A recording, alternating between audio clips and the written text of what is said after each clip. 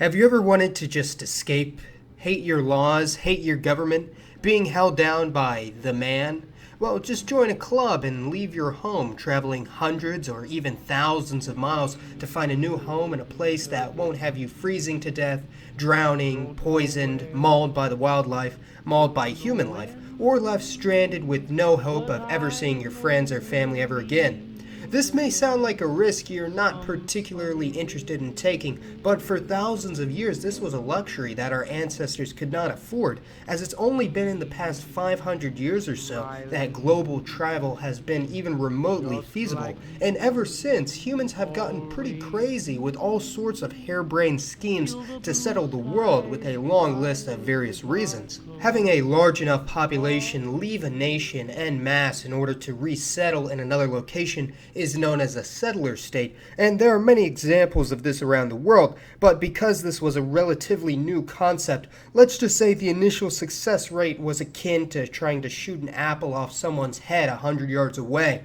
while blindfolded. U.S. Americans are today the most famous and successful example of the settler state experiment by far. Maybe you've met one. But other than the good old USA, there have been countless voyages, colonies, and plans to establish settlements far and wide by many nations, as we'll discuss some of the more noteworthy today. Perhaps the most famous British colony outside of the Americas was the territory of the British Raj, only the British Raj wasn't exactly a settler state, as already having a large, well-established population with their own strictly adhered culture and religion was antithetical to British desires for land and resources, and hence attracted very few permanent settlers. However, ever since the mid-18th century, small numbers of European men, initially of Portuguese and then British ancestry, began to settle in the subcontinent, almost all soldiers who would marry native women due to the lack of European women halfway across the world, and similarly it was common for Indian sailors stationed in Britain to marry British citizens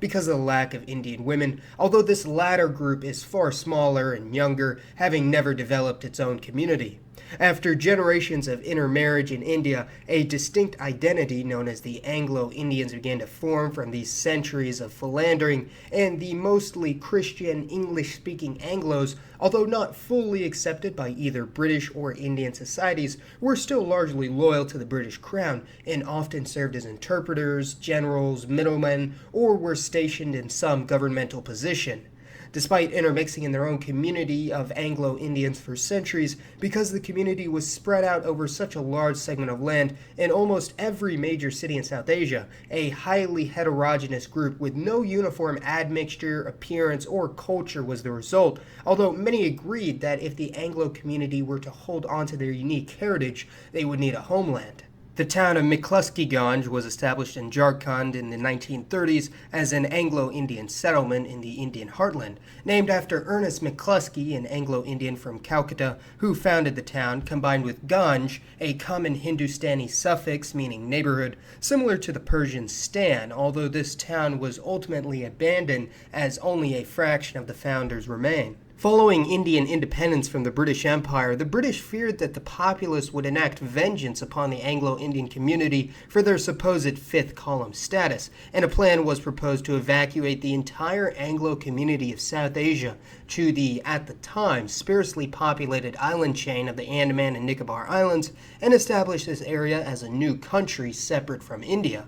Now, there never was any mass upheaval against the small minority of the Anglo-Indians, and hence an evacuation was never deemed necessary, although had this occurred, it would be the first time a European settler state would be established in Asia. In such a scenario, we would probably see a small exodus of Eurasian peoples from the surrounding area pour into this new country, such as the Burghers of Sri Lanka, or especially the Anglo-Burmese, a fellow mixed-race group from Myanmar, who, unlike the Anglo-Indians, actually were and are heavily discriminated against because of their heritage, although maybe not to the point of outright violence. The Anglo-Burmese are an even more diverse mixture of European ethnicities, including the likes of Greeks, Swedes, or Russians, along with Armenians, Jews, and it was common for Anglo-Indians to marry into this community while Burma was a part of the British Raj. In the nearby, similarly named country of Indonesia, a former Dutch colony, a very similar history existed between the Europeans and indigenous peoples of the archipelago, with the mixed-race descendants of mostly paternal Dutch and Portuguese origin being known as the Indo or Dutch Indo community.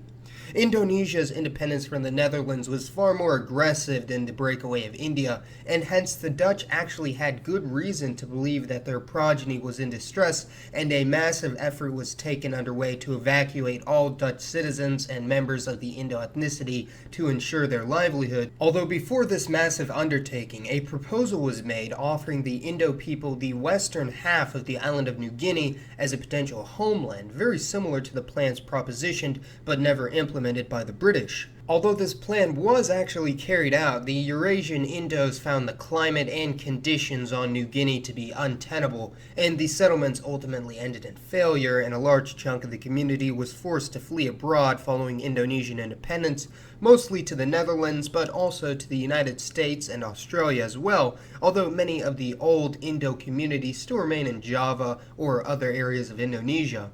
To imagine a primarily mixed-race European colony in the modern day outside of the Americas is quite fanciful, but safe to say we nearly saw two of the very kind who would have a unique, never-before-seen hybrid culture of European and Asian traditions. Now, sort of going down the opposite route, following the emancipation of the black slaves from the South in 1865, following the American Civil War, saw a whole host of problems emerge from this massive change in paradigm, and many Americans argued that blacks should be repatriated or relocated outside of the United States, with their reasoning ranging from selfishness to altruism.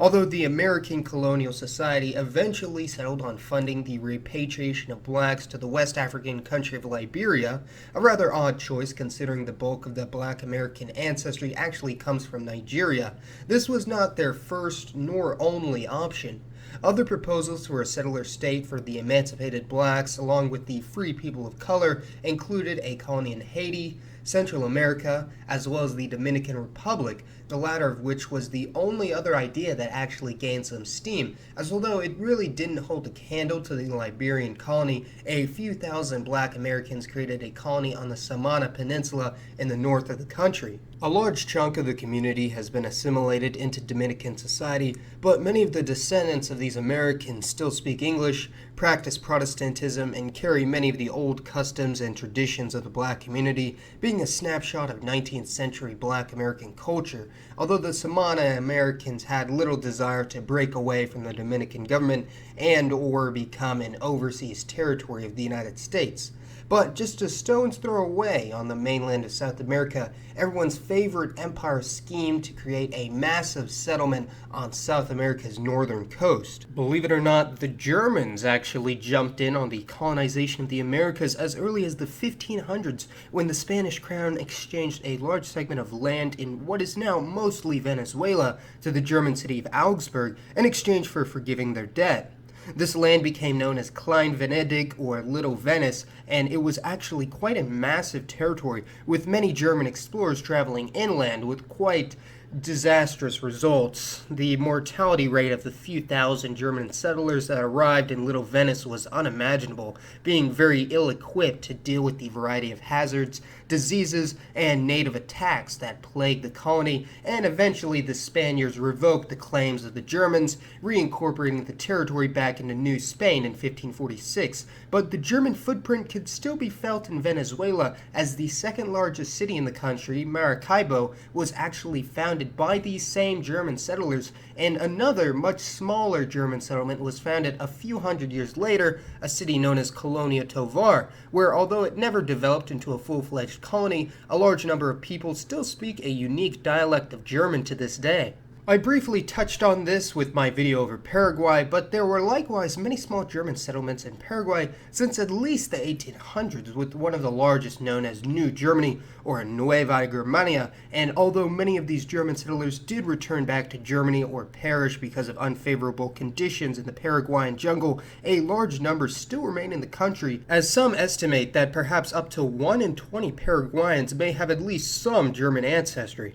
Now, this brings us to a country that not many associate as a colonial power, but did attempt to briefly compete with some of the larger empires, that being the Kingdom of Scotland, who founded a colony in North America at around the same time as the British, known as New Scotland, although the French had already claimed this land as a part of Acadia, and frequent clashes occurred between Scottish and French settlers. But New Scotland is an example of a Scottish colony which worked, actually, eventually being annexed into Canada after the union of Scotland and Britain, and survives as the province of Nova Scotia in Canada to this day, with around a third of its population still being ethnically Scottish, and the Nova Scotian flag bearing a remarkable similarity to that of Scotland. And although the Kingdom of Scotland also had a few other smaller colonies in the America, with nearly all of them being absorbed into the British Empire and lying in the modern-day United States and Canada, none of them are nearly quite so interesting as the Ballad of New Edinburgh.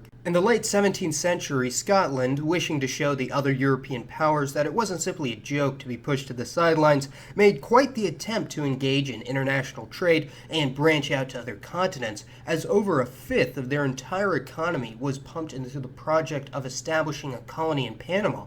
Why was Panama chosen exactly? Well, the Scots wished to gain a quick link between the Atlantic and Pacific Oceans, and this southern area of what was then a part of Spain's New Granada was seen as an ideal choice, and rather than negotiating with the Spaniards for land that they would obviously never give away anyways, they simply went down the route of asking for forgiveness rather than permission, creating a modest colony of 1,000 people in 1698. The Spaniards, clearly a bit fed up with these antics, attempted to destroy the colony almost immediately, and although the Scots of New Edinburgh repeatedly called out for aid from the British or other Europeans, they ignored their cries, wishing to remain neutral. This resulted in a horrible failure for the nation of Scotland once the majority of the Scottish settlers died of disease, starvation, or returned home, and the financial ruin brought about by this failed endeavor is considered one of the reasons Scotland joined the United Kingdom in the first place. So although it's certainly interesting to consider what a Scottish Panama,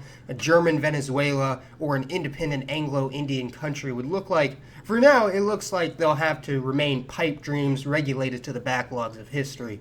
So go ahead and let me know your thoughts on these scenarios, and for today's poll, let me know which one piqued your interest the most, and if you're a bit peeved that you never had the chance to leave behind your family, friends, and all your earthly belongings forever on a suicide mission across the planet, there's still land twice the size of America virtually uninhabited, just waiting for some courageous young men to come and take it. And as always, thanks for watching everyone. This has been Mason, and I'll see you next time.